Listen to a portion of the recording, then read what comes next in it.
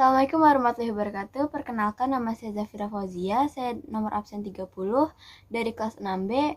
Kali ini saya akan menjelaskan mengenai tugas PPKN tentang pengamalan sila Pancasila dari sila pertama sampai dengan sila kelima. Pertama-tama ada pembahasan mengenai pengamalan sila pertama, pengamalan sila kedua, pengamalan sila ketiga, pengamalan sila keempat, dan juga pengamalan sila kelima. Dan nanti kita juga akan membahas tentang Pancasila. Nah, pertama-tama ada pengamalan sila pertama. Seperti yang kita ketahui, sila pertama bunyinya itu ketuhanan yang Maha Esa. Nah, pengamalannya itu ada banyak sebenarnya, tapi saya akan mengambil 3, yaitu mengajak keluarga seagama untuk menjalankan ibadah beragama bersama-sama, seperti untuk sholat, untuk berdoa bersama-sama, bersama keluarga, dan lain-lain.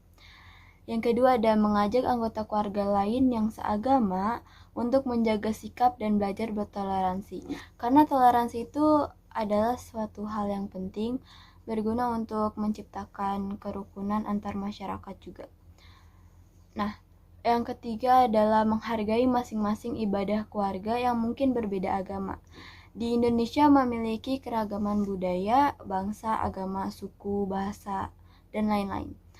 Nah, salah satunya adalah agama. Agama tidak hanya satu, mengenai ada 6 agama di Indonesia, dan kita juga harus menghormati orang-orang yang berbeda agama dengan kita. Nah, kita akan lanjut ke pengamalan sila kedua yang berbunyi kemanusiaan yang adil dan beradab. Sila kedua lebih ke menghormati dan menghargai, cara kita menghormati dan menghargai teman-teman kita yang sedang kesulitan ataupun meminta bantuan dan lain-lain. Yang pertama ada saling menghormati guru dan teman, juga saling tolong-menolong jika yang lain mengalami kesulitan. Tolong-menolong juga sangat penting untuk menghargai satu sama lain. Di rumah, pengamalan Pancasila sila kedua juga harus diterapkan, seperti contohnya menghormatkan orang tua, menyayangi saudara, dan berbuat baik kepada tetangga. Karena kita juga harus menciptakan kerukunan antar keluarga. Nah, lanjut kita akan melanjutkan ke sila ketiga yang berbunyi Persatuan Indonesia. Pengamalan sila ketiga adalah sanggup dan rela berkorban untuk kepentingan negara dan bangsa apabila diperlukan.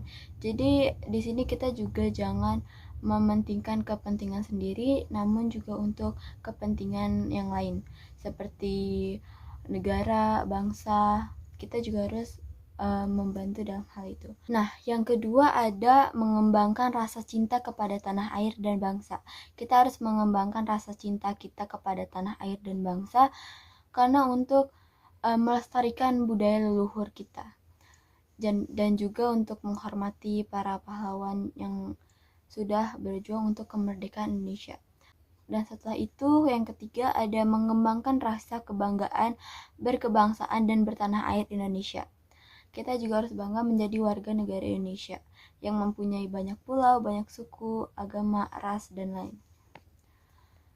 Nah, setelah itu ada yang keempat, kita lanjut, yaitu yang berbunyi kerakyatan yang dipimpin oleh hikmat kebijaksanaan dalam permusyawaratan atau perwakilan. Nah, pengamalan sila keempat itu ada beberapa, yaitu memahami pentingnya persatuan dan kesatuan untuk mencapai tujuan bersama. Jadi kita juga harus memahami pendapat orang lain ketika misalnya kita sedang berdiskusi, bermusyawarah, dan tidak memaksakan kepentingan pribadi. Lalu ada mengemukakan pendapat dengan beradab dan adil. Kita juga harus tidak memaksakan pendapat kita dan berbicara dengan baik-baik dan menerima pendapat anggota lain yang mungkin berbeda dengan kita. Lalu yang ketiga ada menghargai pendapat diri sendiri dengan memberikan pertimbangan data yang valid. Kita harus menghargai pendapat diri sendiri, namun juga kita harus menghargai pendapat orang lain yang berbeda dengan kita. Dan ketika kita sedang mengeluarkan pendapat, kita juga harus memberikan data yang valid. Nah, yang kelima atau yang terakhir berbunyi keadilan sosial bagi seluruh rakyat Indonesia. Nah, untuk sila kelima, kita mempunyai pengamalan yaitu menjunjung tinggi semangat kekeluargaan dan gotong royong. Yang kedua ada peduli terhadap penderitaan yang dialami orang lain. Lalu yang ketiga ada tidak melakukan perbuatan-perbuatan yang merugikan pihak umum. Kita juga harus mempertimbangkan apa yang kita perbuat seperti baik dan buruknya. Terus yang keempat juga ada suka melakukan perbuatan dalam rangka mewujudkan kemajuan dan keadilan sosial. Dan yang kelima adalah mengembangkan perbuatan-perbuatan luhur yang mencerminkan sikap dan suasana keluargaan dan kegotong royongan. Nah, kita juga harus mengembangkan perbuatan-perbuatan leluhur untuk menciptakannya seperti tadi kerukunan dan saling menghormati satu sama lain. Dan juga kita mempunyai Pancasila yang berarti adalah pilar ideologis negara Indonesia. Nah, nama Pancasila ini memiliki dua suku kata yang terdiri dari bahasa Sanskerta, yaitu panca berarti 5 dan sila berarti prinsip atau asas. Pancasila merupakan rumusan dan pedoman kehidupan berbangsa dan bernegara bagi seluruh rakyat Indonesia. Nah, isi di dalam Pancasila itu ada 5, yaitu ketuhanan yang Maha Esa, kemanusiaan yang adil dan beradab, persatuan Indonesia, kerakyatan yang dipimpin oleh hikmat kebijaksanaan dalam permusyawaratan perwakilan, dan yang kelima adalah keadilan sosial bagi seluruh rakyat Indonesia.